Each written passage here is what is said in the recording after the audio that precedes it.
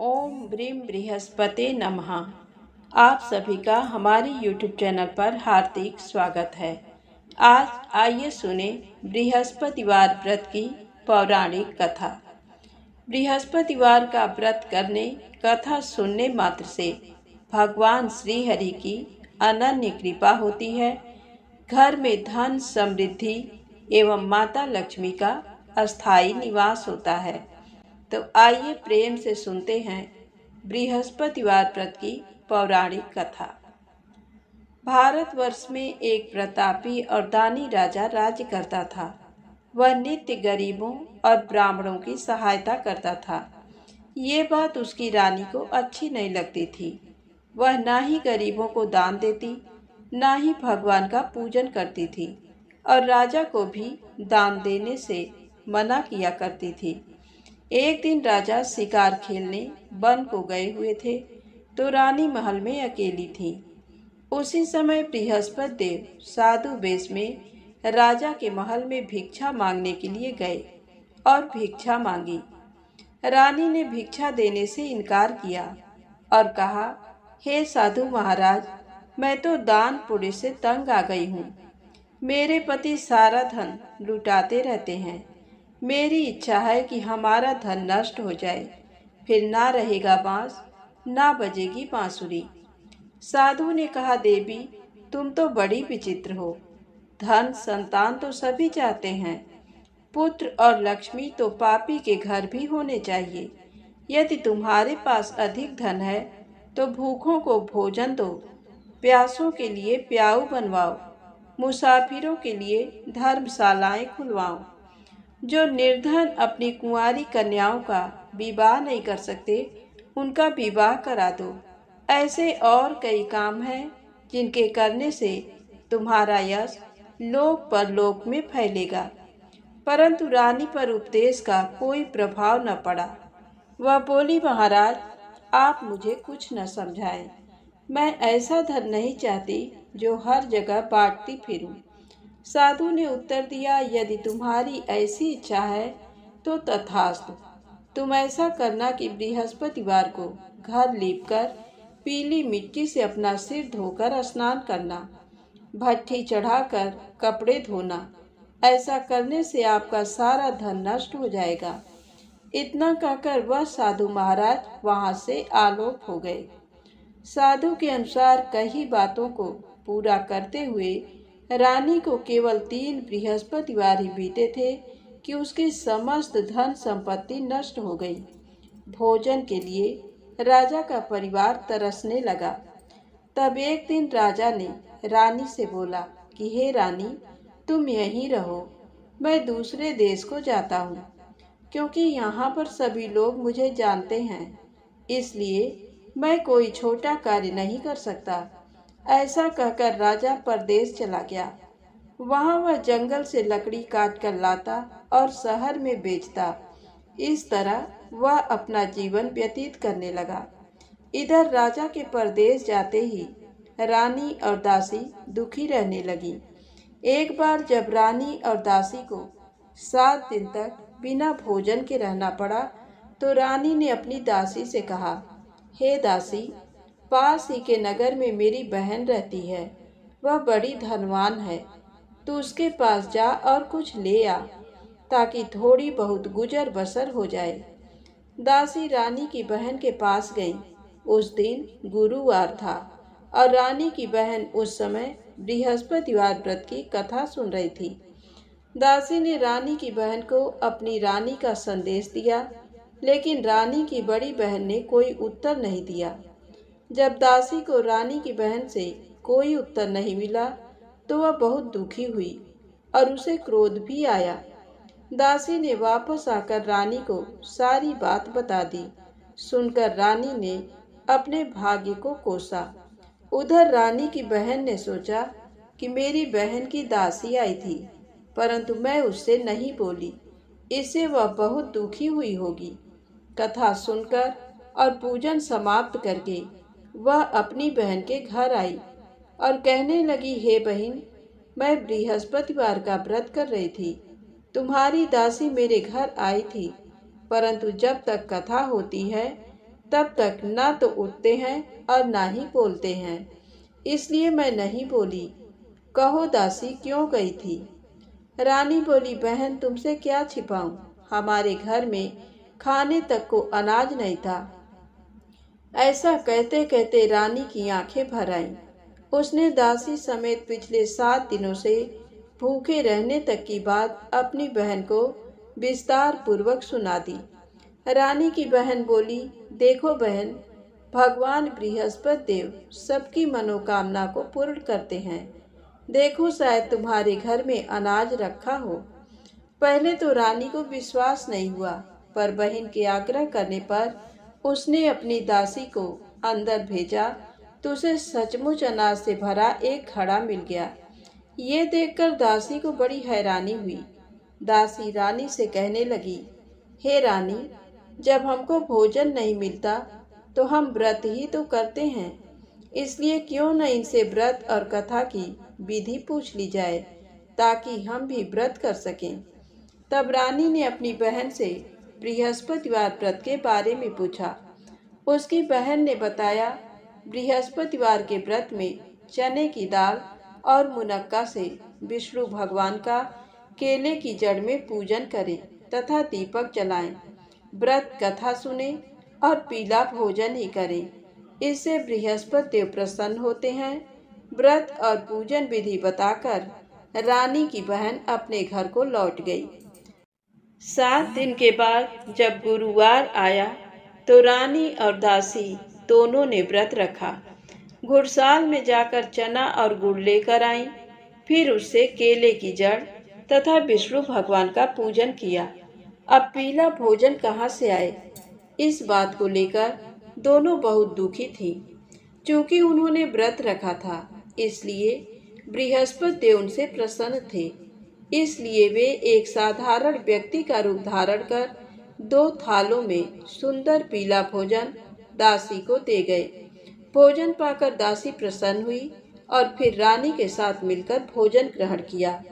उसके बाद वे सभी गुरुवार को व्रत और पूजन करने लगी। बृहस्पति भगवान की कृपा से उनके पास फिर से धन संपत्ति आ गई, परंतु रानी फिर से पहले की तरह आलस्य करने लगी। तब दासी बोली, देखो रानी, तुम पहले भी इस प्रकार आलस्य करती थी।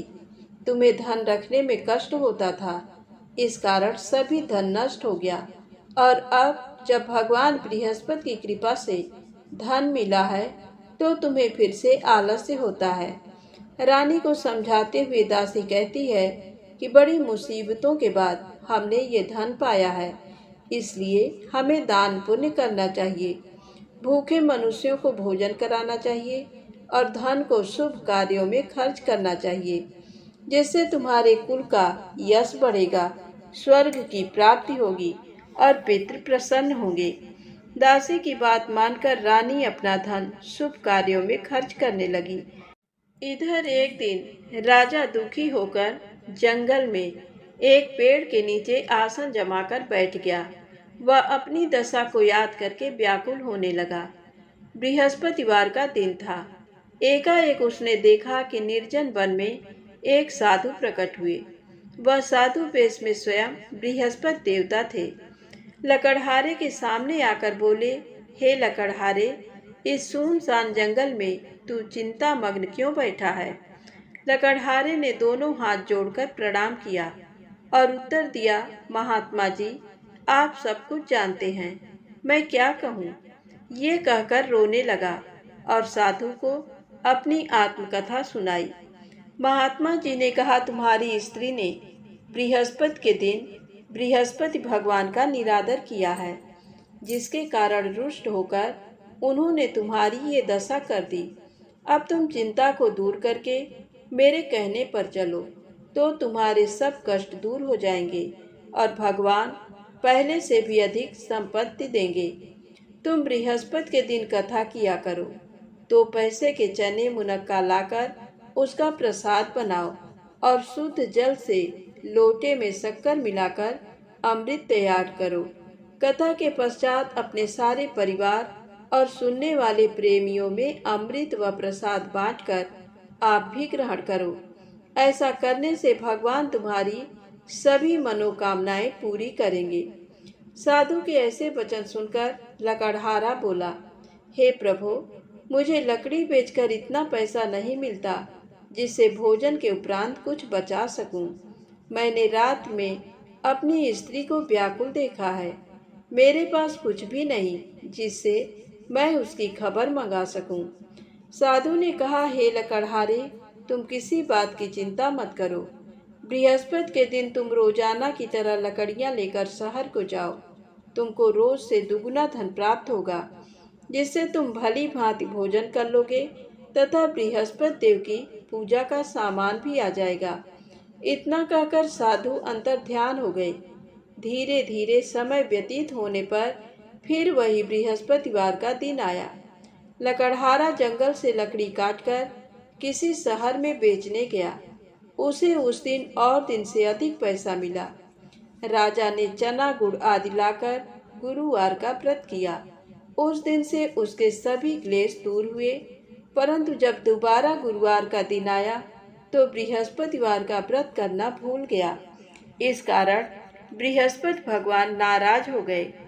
उस दिन उस नगर के राजा ने विशाल यज्ञ का आयोजन किया तथा शहर में ये घोषणा करा दी कि कोई भी मनुष्य अपने घर में भोजन न बनावे, न आग जलावे। समस्त जनता मेरे यहाँ भोजन करने आवे।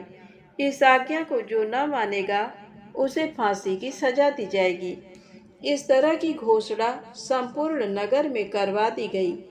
राजा की आज्ञानुसार शहर के सभी लोग भोजन करने गए, लेकिन लकड़हारा कुछ देर से पहुंचा, इसलिए राजा उसको अपने साथ घर लिवा गए और ले जाकर भोजन करा रहे थे तो रानी की दृष्टि उस खूंटी पर पड़ी जिस पर उसका हार लटका हुआ था। वह वहां पर दिखाई नहीं दिया। रानी ने निश्चय किया कि मेरा हार इस मनुष्य ने चुरा लिया है। उसी समय सिपाहियों को बुलाकर उसको कारागार में डलवा दिया। जब लकड़हारा कारागार में पड़ गया और बहुत दुखी होकर विचार करने लगा कि न जाने कौन से पूर्व जन्म के कर्म से मुझे ये दुख प्राप्त हुआ है, और उसी साधु को याद करने लगा जो कि जंगल में मिला था।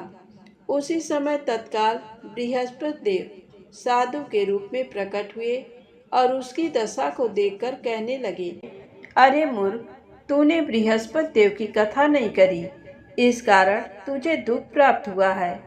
अब चिंता मत कर। बृहस्पतिवार के दिन कारागार के दरवाजे पर 4 पैसे पड़े मिलेंगे। उनसे तू बृहस्पति देव की पूजा करना, तेरे सभी कष्ट दूर हो जाएंगे। बृहस्पति के दिन उसे 4 पैसे मिले। लकड़हारे ने कथा कही। उसी रात्रि को बृहस्पति देव ने उस नगर के राजा को स्वप्न में कहा, हे राजा, तुमने जिस आदमी को कारागार में बंद कर दिया है वह निर्दोष है। वह राजा है, उसे छोड़ देना। रानी का हार उसी खूंटी पर लटका है। अगर तू ऐसा नहीं करेगा तो मैं तेरे राज्य को नष्ट कर दूंगा। इस तरह रात्रि के स्वप्न को देखकर राजा प्रातः काल उठा और खूंटी पर हार देकर लकड़हारे को बुलाकर क्षमा मांगी तथा लकड़हारे को योग्य सुंदर वस्त्र आभूषण देकर विदा कर दिया।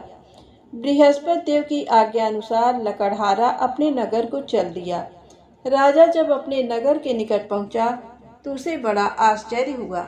नगर में पहले से अधिक बाग, तालाब, कुएं तथा बहुत सी धर्मशाला, मंदिर आदि बन गए हैं।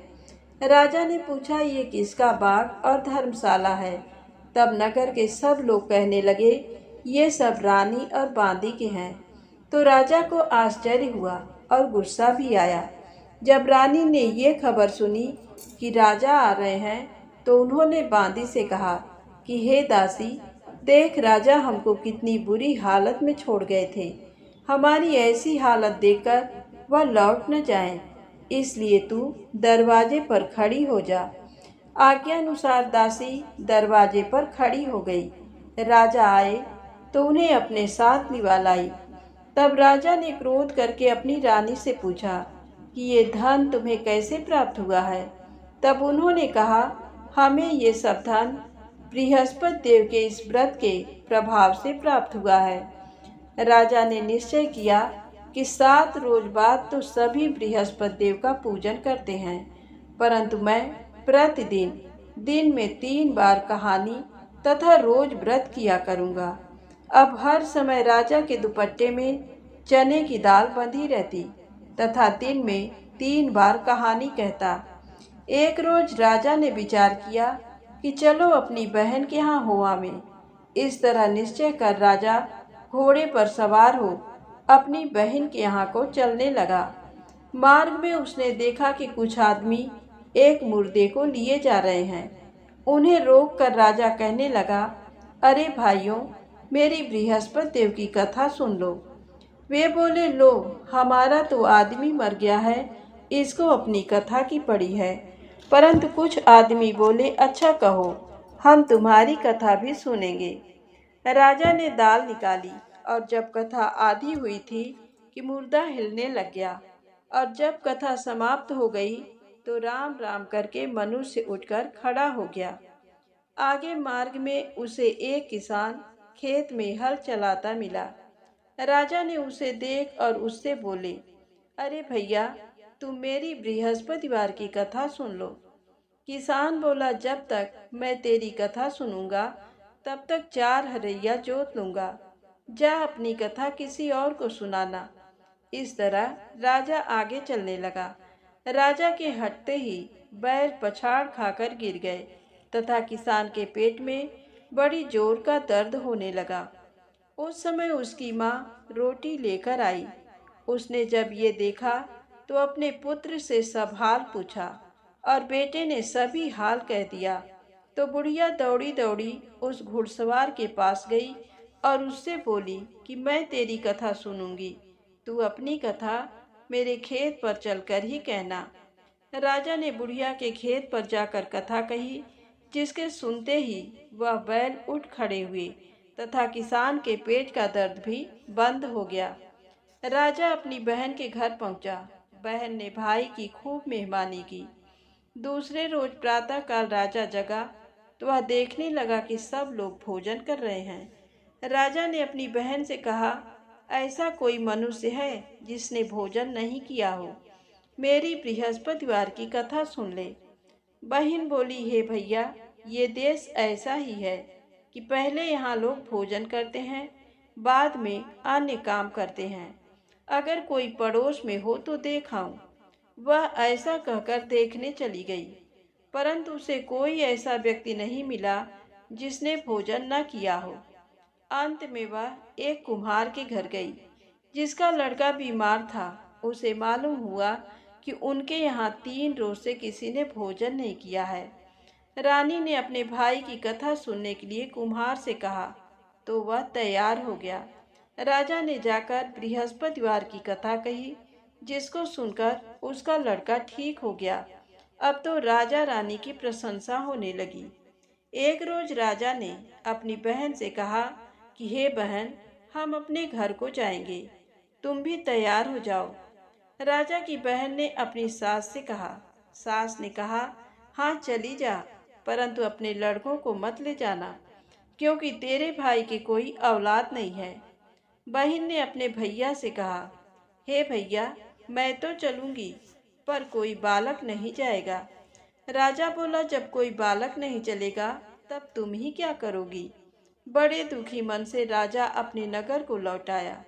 राजा ने अपनी रानी से कहा, हम निर्बंसी हैं, हमारा मुंह देखने का धर्म नहीं है और कुछ भोजन आदि नहीं किया।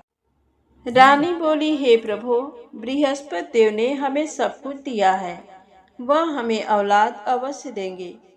उसी रात को बृहस्पति देव ने राजा से स्वप्न में कहा, हे राजा, उठ, सभी सोच त्याग दे, तेरी रानी गर्भ से है।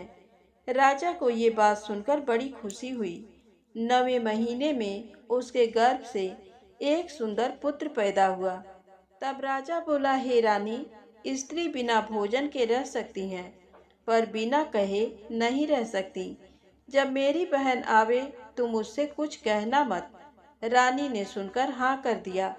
जब राजा की बहन ने ये शुभ समाचार सुना तो वह बहुत खुश हुई तथा बधाई लेकर अपने भाई के यहाँ आई। तभी रानी ने कहा, घोड़ा चढ़कर तो नहीं आई, गधा चढ़ी आई। राजा की बहन बोली, भाभी, मैं इस प्रकार न कहती तो तुम्हें औलाद कैसे मिलती। बृहस्पति देव ऐसे ही हैं, जैसे जिसके मन में कामनाएं हैं सभी को पूर्ण करते हैं। जो सद्भावना पूर्वक बृहस्पतिवार का व्रत करता है एवं कथा पढ़ता है अथवा सुनता है, दूसरों को सुनाता है, बृहस्पति देव उसकी सभी मनोकामना पूर्ण करते हैं। तो प्रेम से बोले, बृहस्पति भगवान की जय हो। अब आइए सुने मनोकामना पूर्ण करने वाली बृहस्पति देव की बहुत ही दुर्लभ कथा। प्राचीन काल में एक बहुत ही निर्धन ब्राह्मण थे। उनके कोई संतान न थी। वह नित्य पूजा पाठ करता, लेकिन उसकी स्त्री न स्नान करती और न किसी देवता का पूजन करती। इस कारण ब्राह्मण देवता बहुत दुखी रहते थे। भगवान की कृपा से ब्राह्मण के यहाँ एक कन्या उत्पन्न हुई। कन्या बड़ी होने लगी। प्रातः स्नान करके वह विष्णु भगवान का जप करती, बृहस्पतिवार का व्रत भी करने लगी। पूजा पाठ समाप्त कर पाठशाला जाती तो अपनी मुट्ठी में जौ भर के ले जाती और पाठशाला के मार्ग में डालती जाती। लौटते समय वही जौ स्वर्ण के हो जाते तो उनको बीनकर घर ले आती। एक दिन वह बालिका सूप में उन सोने के जौ को फटक कर साफ कर रही थी कि तभी उसकी माँ ने देख लिया और कहा कि हे बेटी, सोने के जौ को फटकने के लिए सोने का सूप भी तो होना चाहिए। दूसरे दिन गुरुवार था। कन्या ने व्रत रखा और बृहस्पति देव से सोने का सूप देने की प्रार्थना की। बृहस्पति देव ने उसकी प्रार्थना स्वीकार कर ली। रोजाना की तरह वह कन्या जौ फैलाती हुई पाठशाला चली गई। पाठशाला से लौटकर जब वह जौ बीन रही थी तो बृहस्पति देव की कृपा से उसे सोने का सूप मिला। उसे वह घर ले आई और उसे जौ साफ करने लगी, परंतु उसकी माँ का वही ढंग रहा। एक दिन की बात है, कन्या सोने के सूप में जब जौ साफ कर रही थी, उस समय उस नगर का राजकुमार वहां से निकला। कन्या के रूप और कार्य को देखकर वह उस पर मोहित हो गया। राजमहल में आकर वह भोजन तथा जल त्याग कर उदास होकर लेट गया। राजा को जब राजकुमार द्वारा अन्न जल त्यागने का समाचार ज्ञात हुआ तो अपने मंत्रियों के साथ वह अपने पुत्र के पास गया और कारण पूछा। राजकुमार ने राजा को उस लड़की के घर का पता भी बता दिया। मंत्री उस लड़की के घर गया। मंत्री ने ब्राह्मण के समक्ष राजा की ओर से निवेदन किया। कुछ ही दिन बाद ब्राह्मण की कन्या का विवाह राजकुमार के साथ संपन्न हो गया। कन्या के घर से जाते ही ब्राह्मण के घर में पहले की भांति गरीबी का निवास हो गया। एक दिन दुखी होकर ब्राह्मण अपनी पुत्री से मिलने गए। बेटी ने पिता की अवस्था को देखा और अपनी माँ का हाल पूछा। ब्राह्मण ने सभी हाल कह सुनाया। कन्या ने बहुत सा धन देकर अपने पिता को विदा कर दिया, लेकिन कुछ दिन बाद फिर वही हाल हो गया। ब्राह्मण फिर अपनी कन्या के यहाँ गया और सभी हाल कह सुनाया। पुत्री बोली, हे पिताजी, आप माता जी को यहाँ लिवा लाओ। मैं उन्हें वह विधि बता दूंगी जिससे गरीबी दूर हो जाए। ब्राह्मण देवता अपनी स्त्री को साथ लेकर अपनी पुत्री के पास राजमहल पहुँचे तो पुत्री अपने माँ को समझाने लगी, हे माँ, तुम प्रातःकाल स्नान आदि करके विष्णु भगवान का पूजन करो तो सब दरिद्रता दूर हो जाएगी। परंतु उसकी माँ ने उसकी एक भी बात नहीं मानी। वह प्रातःकाल उठकर अपनी पुत्री के बची जूठन को खा लेती थी। एक दिन उसकी पुत्री को बहुत गुस्सा आया। उसने अपनी माँ को एक कोठरी में बंद कर दिया। प्रातः उसे स्नान आदि करा के पूजा पाठ करवाया तो उसकी माँ की बुद्धि ठीक हो गई। इसके बाद वह नियम से पूजा पाठ करने लगी और प्रत्येक बृहस्पतिवार को व्रत करने लगी। इस व्रत के प्रभाव से मृत्यु के बाद वह स्वर्ग को गई।